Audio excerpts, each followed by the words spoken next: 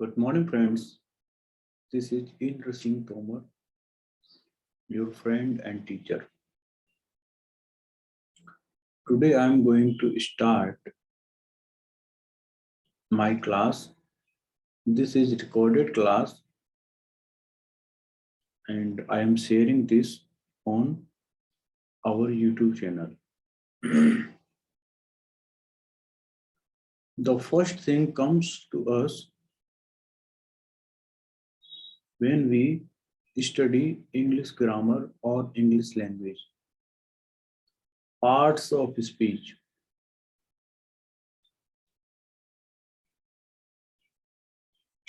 इस बात को समझना बहुत जरूरी है कि पार्ट्स ऑफ स्पीच क्या है। पार्ट्स मतलब होता है हिस्से और स्पीच मतलब होता है सेंटेंस, कोई बात। सेंटेंस के पार्ट्स,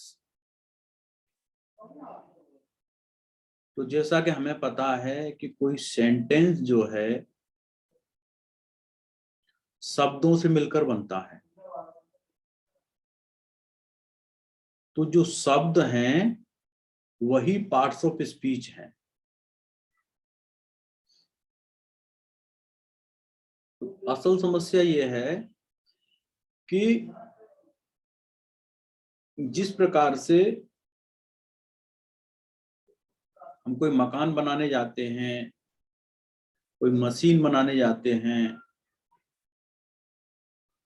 या कोई भी अन्य चीज बनाने जाते हैं, तो वो टुकड़ों में होती है और उन टुकड़ों को जोड़ के ही वो चीज बनती है। उसी प्रकार से ये जो शब्द हैं वो भाषा के टुकड़े हैं और उन टुकड़ों को जोड़ के ही भाषा बनती है।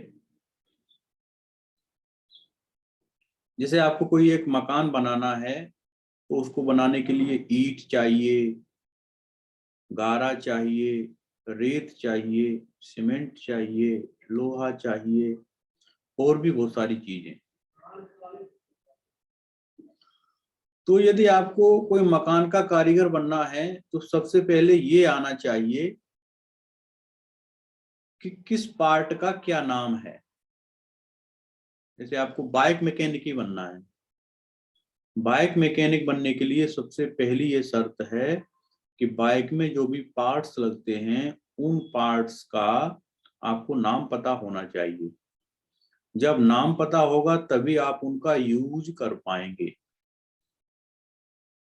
है ना। तो नाम पता होने के बाद फिर उनका उपयोग कहाँ होना है। अब जब नाम ही नहीं पता है तो उपयोग तो हो ही नहीं सकता। तो भाषा में जब हम आते हैं, खास करके जैसे इंग्लिश की बात करें, तो वहां 8 पार्ट्स ऑफ स्पीच होते हैं, या ये कह सकते हैं हम कि शब्द जो है 8 प्रकार के होते हैं इंग्लिश में। तो सबसे पहले तो हमें इन 8 पार्ट्स का नाम पता होना चाहिए। नाम पता होने के बाद हमें हर पार्ट्स की पहचान आनी चाहिए, इसको हम डेफिनेशन बोलते हैं। तो इसी क्रम में आज जो है हम नाउन की डेफिनेशन का वर्णन करने जा रहे हैं।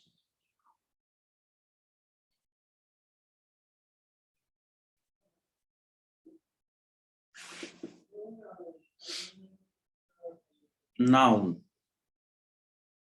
हिंदी में इस शब्द का अर्थ संज्ञा होता है।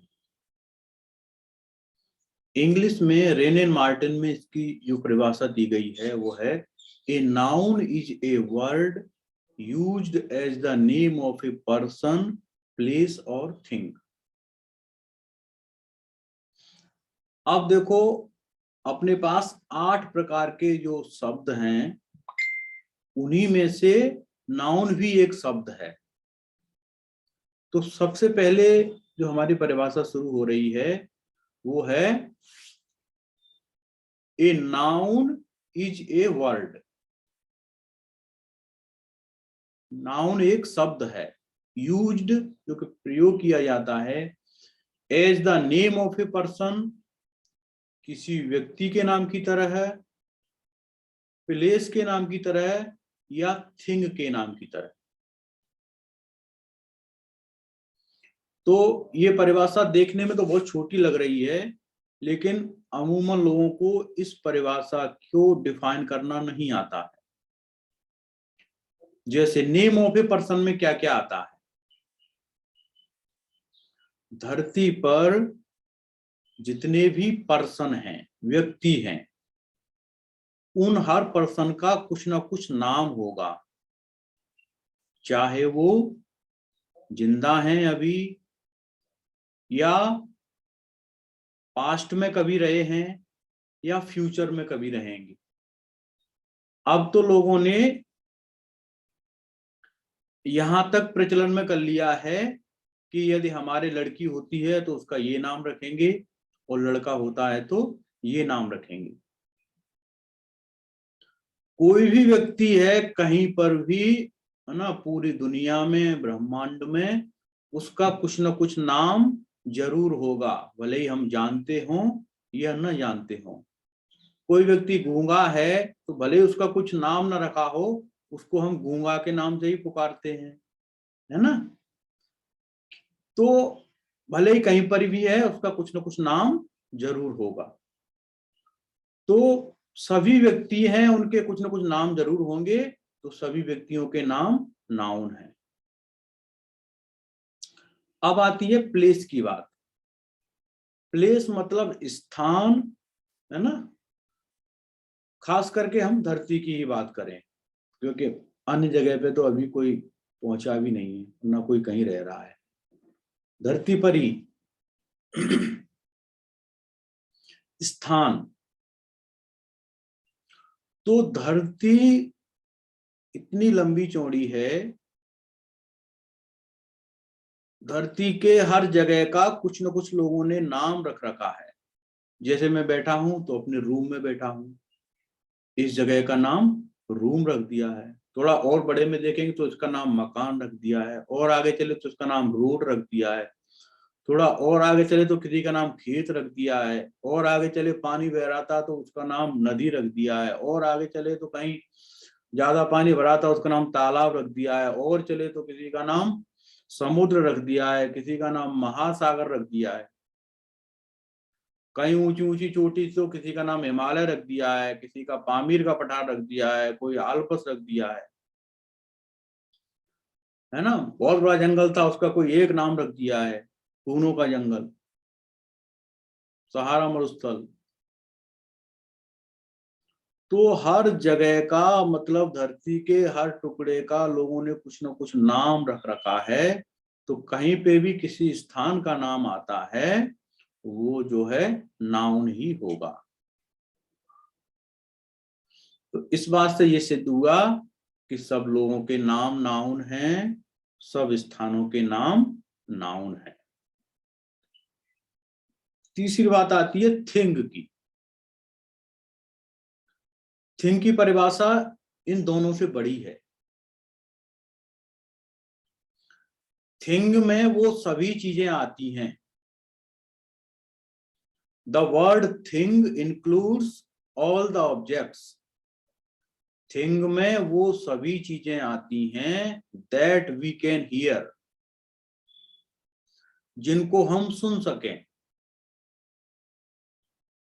जिनको हम देख सकें, जिनको हम चख सकें, जिनको हम सूंघ सकें, और जिनको हम छू सकें, टच। कुछ भी आपको आवाज सुनाई दे रही है, तो जहां से भी आवाज आ रही होगी, है ना, वो नाउन ही होगी जिस चीज की आवाज आ रही है। हो सकता है यहाँ पे कुछ यदि व्यवधान हो तो माइक में भी आपको कुछ अन्य आवाजें भी सुना रही होंगी, है ना। तो जो भी आवाज आ रही है वो नाउन ही कर रही होगी। जो भी चीजें आप अपनी आंखों से देखते हैं, उनको देखते ही कुछ ना कुछ नाम आपके दिमाग में आएगा। हो सकता है आप उसका नाम न जानते हो, लेकिन नाम तो जरूर होगा, है ना। यहां तक कि ये समझ लीजिए कि पंखे का आविष्कार हुआ। पंखे का आविष्कार हुआ तो एक वैज्ञानिक के दिमाग में आया कि हम हाथ के पंखे से हवा करते करते बहुत थक रहे हैं, मोटर का आविष्कार हो चुका था। तो उनके दिमाग में आया कि इन 3 हाथ के पंखों को यदि एक साथ जोड़ दिया जाए और मोटर में जोड़ दिया जाए तो ये घूमेगा, अपने आप हवा देगा। तो ये वाली बात उनके दिमाग में आई सबसे पहले। जिस समय ये दिमाग में आ गई थी उसी समय ये नाउन बन गई थी। फिर उस थ्योरी पर उस वैज्ञानिक ने काम किया और वो नाउन साक्षात उपस्थित हो गई हमारे सामने। तो जो भी चीजें हमें दिखाई दे रही हैं वो सब की सब नाउन है। स्मेल, जो भी चीज हमें सूंघने में आए, नाक से संबंधित है ये। कहीं से भी कोई स्मेल आ रही होगी, है ना, अच्छी या बुरी, तो वो नाउन की ही होगी। आंख बंद करके भी हम लोग बता देते हैं कि ये गुलाब की खुशबू है या किसी अन्य चीज की है। टेस्ट, आंख बंद करके हम बता देते हैं कि सब्जी में नमक ज्यादा है, चाय में शक्कर ज्यादा है, या कोई चीज कितनी रसीली है। तो जो भी चीज वो रसीली होगी उसका कुछ ना कुछ नाम जरूर होगा। टच, जो भी चीज हमारे स्पर्श में आती है, अंधे लोगों का स्पर्श बहुत अच्छा होता है।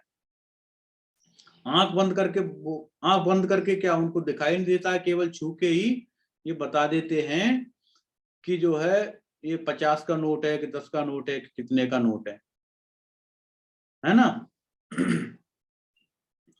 तो ये टच वाली बात हुई। जो भी चीज आपके टच में आती है, स्पर्श में आती है, वो भी नाउन ही होगी, भले ही हम उसका नाम जाने या न जाने, लेकिन वो नाउन ही है।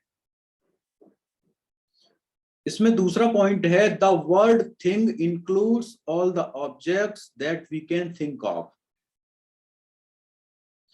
वर्ड थिंग में वो सभी चीजें आती हैं जिनके बारे में हम सोच भी सकें।